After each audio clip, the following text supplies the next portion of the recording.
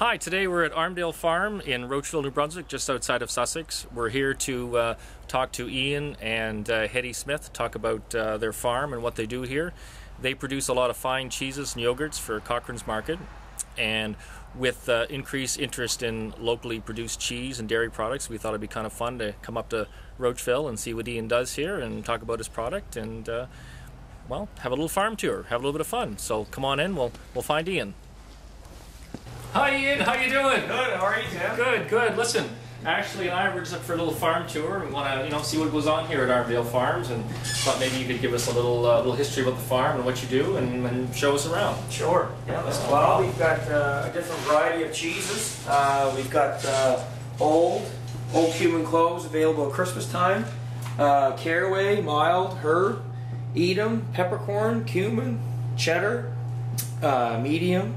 Acadian Cajun, onion garlic, and red hot chili pepper, and baby wheels available at Christmas time as well. Yogurt, that's our new label we're coming out with. People love your yogurt down at Cochrane's. Yeah, they do, yeah. And buttermilk as well.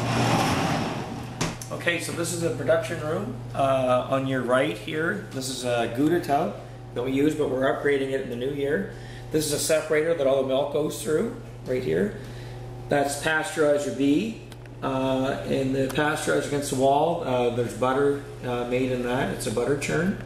And then to your left, that's the Gouda press. There's a batch of Gouda pressing on there right now, and then the two wash sinks. So everything's made in this room back here. So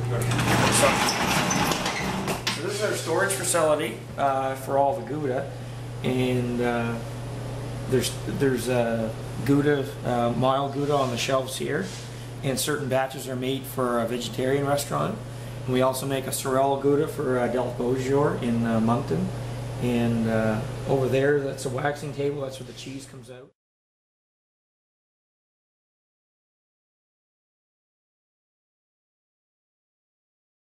So here we are at Armadale Farms in Rocheville, New Brunswick. Ian, Hetty Smith own this beautiful area, and Ian's going to tell us a bit about the farm.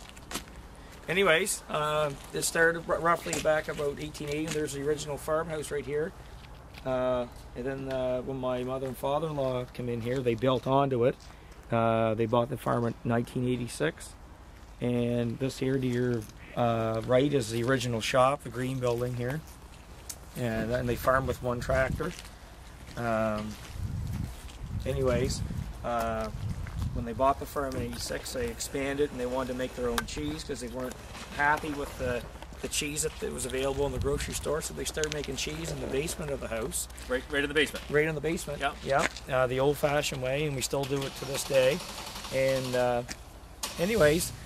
Family and friends would come over for a visit, and they try the cheese, and they asked where they could buy. So the cheese plant started in 1990. That's when the building was built. It was an add-on above the milking parlor, and started making the raw Gouda, cheddar, Havarti, yogurt, two types of yogurt, Balkan and plain, butter and buttermilk.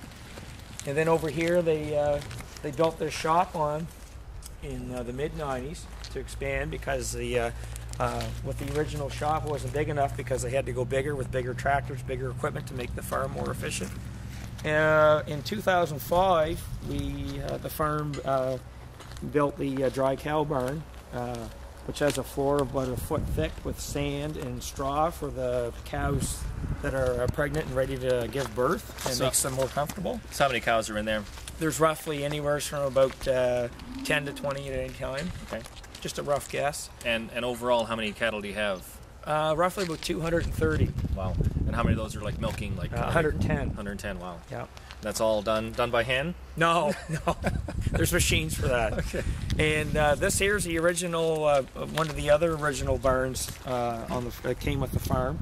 And I don't remember quite roughly when that was built, but it's old. And this big barn here to your right was the original milking barn as well, and I don't know what year it was built, but it would probably be around the 30s or 40s, maybe before that. I'm not really sure. So when you do your milking, are they in this barn or the barn over here? No, in this barn here. Everything's right there. Yeah, we'll go in here in a minute, which is the milking parlor. And this is a young cattle barn. The cows go in after they're they're born in that barn. They're in this side barn here. Then after they get old enough, they move from there back over here to the left. And then once they're, I think they're around roughly 6 months to a year old, then they get bred, and then they're milked. They go to the dry cow barn. Then they're brought over here to be milked. That's the daily, where they're milked daily. Twice a day? Twice a day, yeah. Twice a day. 6 o'clock and 4 o'clock. Right on. And you're up every morning that early? I am. Well, I have to be ahead of Hubert. Right. He's the guy who owns the farm, runs the farm. My brother-in-law. I have to be about an hour ahead of him because I have to get in there, get my equipment set up, everything sanitized. I have to go in the back and wax cheeses. I have to get my cultures ready, and then by the time I have all that ready, he's ready to bring the hose up, and then I guess start getting my milk. So when he milks the cows, the fresh milk is pumped right up to the cheese production area? Yeah, it goes through a separator, and after the separator, the skim milk goes into the Gouda tub, and I take a certain amount of fat off so I can use it for myself to pasteurize the cream for butter, sour cream, and buttermilk. Right.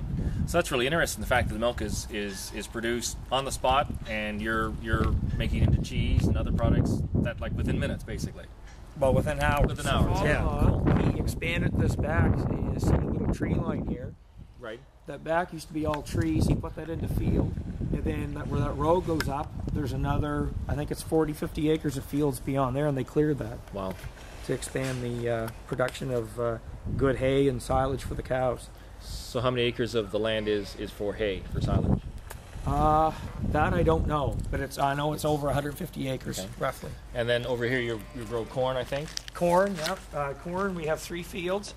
We have a field over here, one across the road, and then one in behind the farm here, across the brook. So your cattle, the cows that you milk, eat products that are all grown by you. Pretty much. You grow the corn. We ship in a little bit of organic grain, yep, but besides that, we grow corn, soybean, and then our own silage and hay. So the grains are all organic. Yes. Yeah. Now, are you considered an organic farm? We're not certified organic, but we do everything organically, like the corn fields here. In the soybean fields, Hubert rotates the crops, so it's just like what you do on an organic farm, kind of thing. So you're not certified, but you do all the organic practices, basically. Right. Right on. Without the paperwork. Without the paperwork. So the grains and the grass that the cows eat are natural. They're organic. They consume everything that you produce. The milk is used. You don't use any growth hormones or antibiotics. No, but if you did use growth hormone, when I make cheese, I have what's called a dead vat. It wouldn't give you any cheese at all. There'd be no value to the milk whatsoever. Right. So in a lot of big corporations or big plant facilities that produce cheese, big companies that produce cheese, would they use that type of? Can they use that milk that has been contaminated with antibiotics or that contains antibiotics? Well, yeah, they'd have to pasteurize at a very high temperature. Right. But the only thing is, though, that it wouldn't be a raw product. Right. Like my Gouda is a raw product, and we have to hold it for 60 days. Right. And the government, they come and test it once a month. Right. And once we get our samples back, then we can release the cheese. So your cheese isn't pasteurized. No. So it's called a raw cheese. The Gouda isn't. Everything else is pasteurized. So I guess in a nutshell, what makes Armadale Dairy Products superior than what you're going to buy at the supermarket, mass-produced somewhere else? Well, a lot of people that are susceptible to different diseases, Crohn's disease, IBS, different things like that, colitis, they can eat our products because there's no added preservatives or chemicals added to the product, so their body can digest it, right, and don't have any problems. They're eating a natural product that hasn't been mass-produced or processed or manipulated. Right, yeah, so to speak, yes. Right. And it tastes good. Yes, of course it does.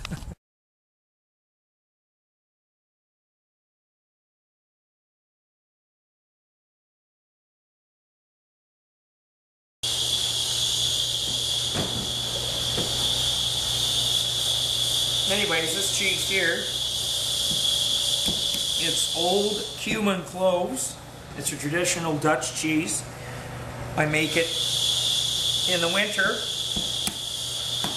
early in the winter every year for the next Christmas. Smells delicious. You want to try a sample, Tim? I sure do. Okay, just a sec here. Life on the farm makes you really build up an appetite.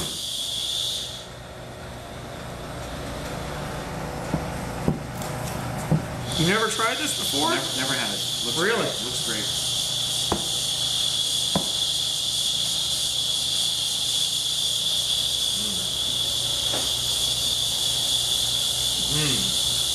Amazing. So what different spices did you put in this? Or is that a cumin family secret? No, it's cumin cloves. Yeah. That is delicious. Very nice. Be great, great at Christmas time. Yeah, it's a traditional Dutch Christmas cheese. Beautiful.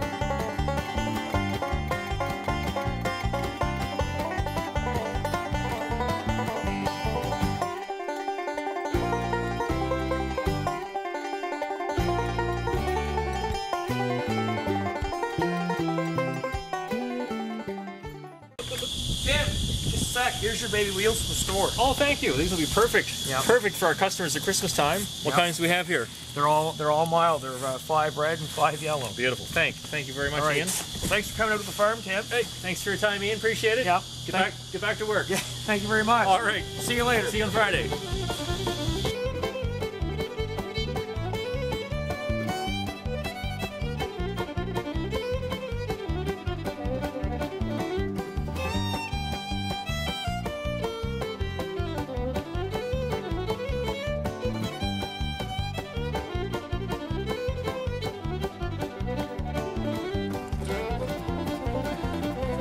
So we're in front of Ian's farm here at Armadale Farm.